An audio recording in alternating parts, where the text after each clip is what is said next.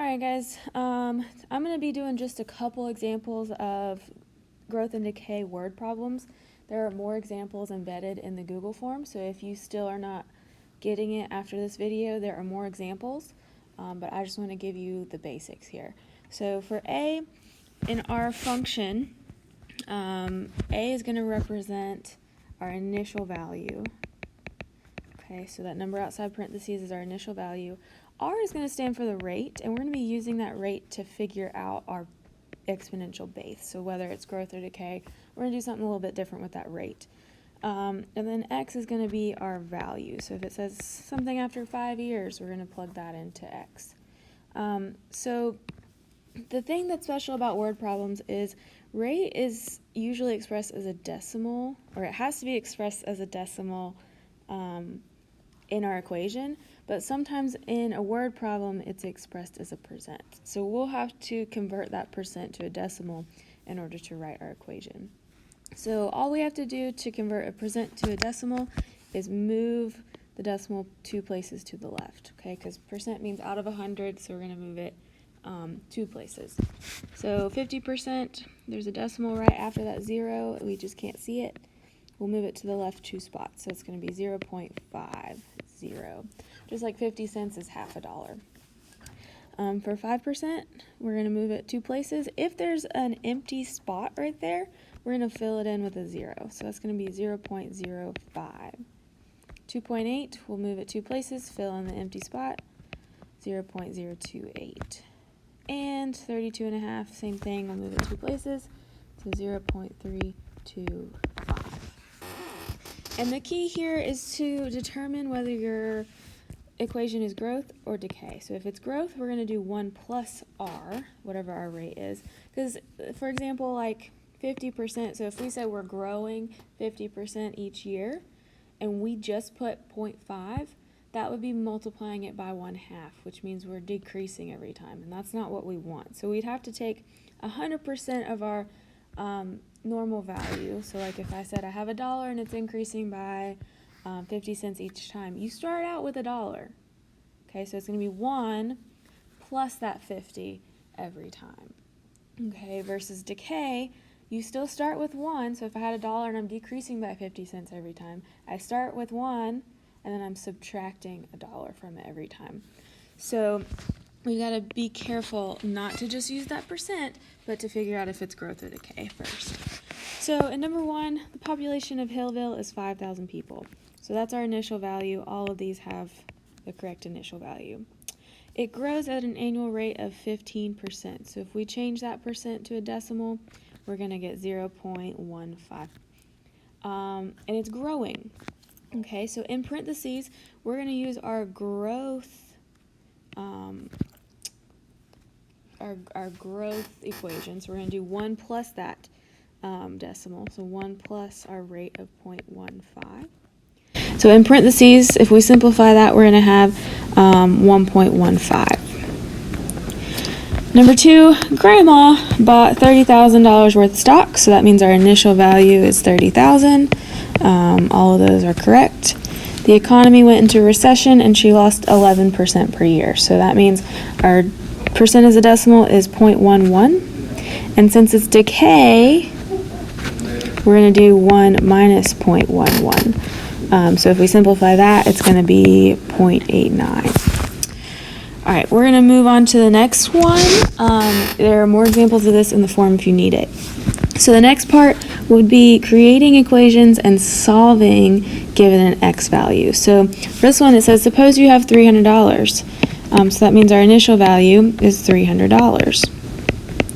You invest this money into an account earning 6%. So 6% as a decimal is 0.6. And we're growing, so we're going to do 1 plus 0.06 raised to the x is our equation. Now if I simplify that, I get 300 times 1.06 to the x. And we want to know how much money we'll have in 2 years. So for this one, we are going to have to plug 2 in for x, okay, because x is our value and it's telling us our value is 2 years. So what we're going to do is just type this into Desmos. We don't have to put the y equals part, but we'll say 300 parentheses 1.06 parentheses raised to the second power. So we're going to use that a to the b button. Okay, a to the b, and it's going to put us up at our exponent. And if we put in a 2, we can see that after 2 years we'll have about $337. Our next one, the initial number of bacteria in a petri dish is 200, and it is decaying at a rate of 15%. So our initial value is 200. We are decaying, so we're going to do 1 minus our rate, and then we need to change 15 to a decimal, so that's going to be 0.15 raised to the x. And then we need to simplify that, so 200 equals 1 minus 0.15 is 0.85 raised to the x. And then it says approximately how much bacteria will be left after 1 day. So we're going to plug in 1 for x. So I'm going to do the same thing I just did. I'm going to do 200 times 0.85 raised to the first power, which is 170. All right, one more example here. This one's a little bit different because we're using years. So since 1985, the daily cost of patient care has increased about 8.1% per year. So we know that in parentheses we're increasing, so we're going to do 1 plus our rate as a decimal, so 0.081 raised to the x. But we still need our initial value, so it says in 1985, hospital costs were an average of $460 per day, so that's our initial cost. And it says find the cost per day in 2000. So we're not going to plug 2000 in here because we didn't start at 0, right? We just started, it says since 1985. So we need to figure out how long it's been from 1985 to 2000. And that would be 15 years. So I'm going to plug, so if I do 2000 minus 1985, that's 15.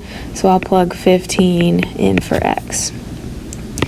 So I'm going to type that in. So 460 times, now you can simplify that or you can leave it as it is, so I can do plus 0.081 raised to the 15th. Means we're going to have approximately, or it's going to cost approximately $1,480 per day in 2000. All right, moving on, the last type of problem we're going to look at is when we're given the y value instead of the x value. So we still have to make the equation, but then instead of plugging in for x, we're going to plug in for y. So Mr. and Mrs. Williams paid $175,000 for their house. Well, that's our initial value. It appreciates, so it increases in value at 2.5% per year. So we're going to do 1 plus 2.5 as a decimal. So 0.025 raised to the x. And it says how many years, so years are our x value, but we don't know that. We want to figure that out until their house will be worth more than $200,000. So what I'm going to do here is similar to what we just did, but it's just an extra step. So I'm going to type in my equation. So I'm going to type in y equals 175,000 times 1.025 raised to the x. And this time what I'm going to do is I'm going to hit this little settings button.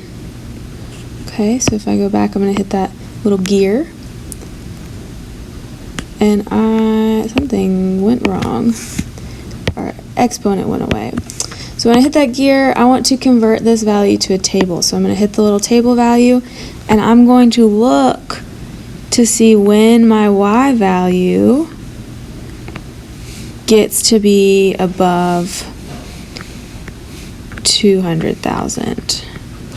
And it might be looking a little weird right now because I'm on an iPad and not.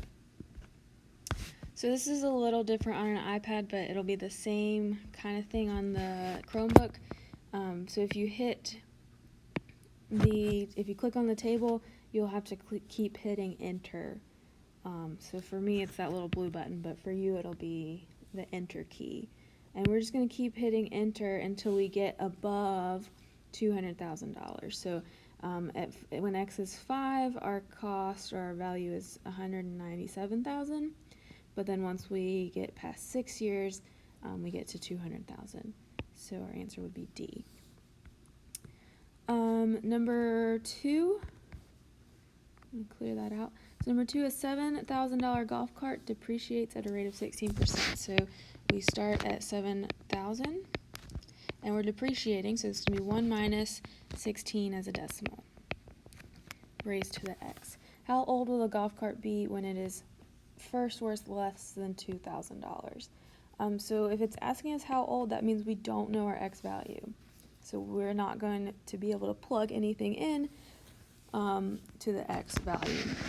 So what we need to do is simplify. So 7,000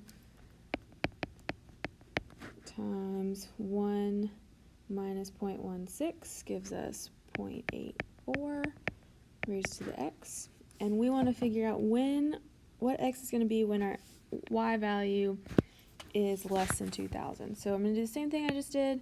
Y equals 7,000 times 0.84 raised to the x. And then we're going to hit that settings button. We're going to make our table. And if you don't see your value, so for me, I'm hitting this little, let me make this bigger. Maybe. There we go. Maybe. So I'm going to click on my value. It should be a little bit easier for you guys on the computer, but you're just going to keep hitting enter for all of your x values. You can also type in a number if you want to jump ahead really far, but you'll keep hitting enter, and we're watching our y values. So y is about 3,000 right now at 5 years. At 7 years, it's about 2,065.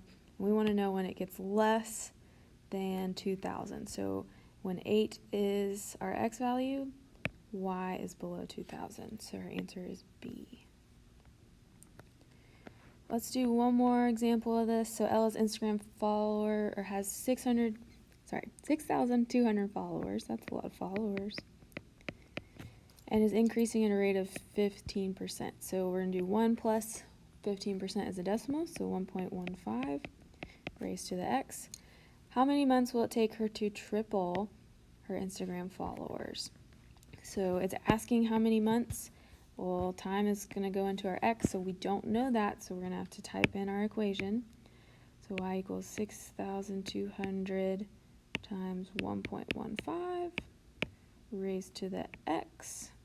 And we want to know when it's going to triple. So 6,200 times 3 means that we will have tripled when we get to 18,600 followers. So I'm going to click on my equation and make the table. And we are looking for when or how many months it'll take us to get to 18,600. So we're at 9,000, 10,000, 12, 14, 16, and then after 8 months, we are finally over 18,600.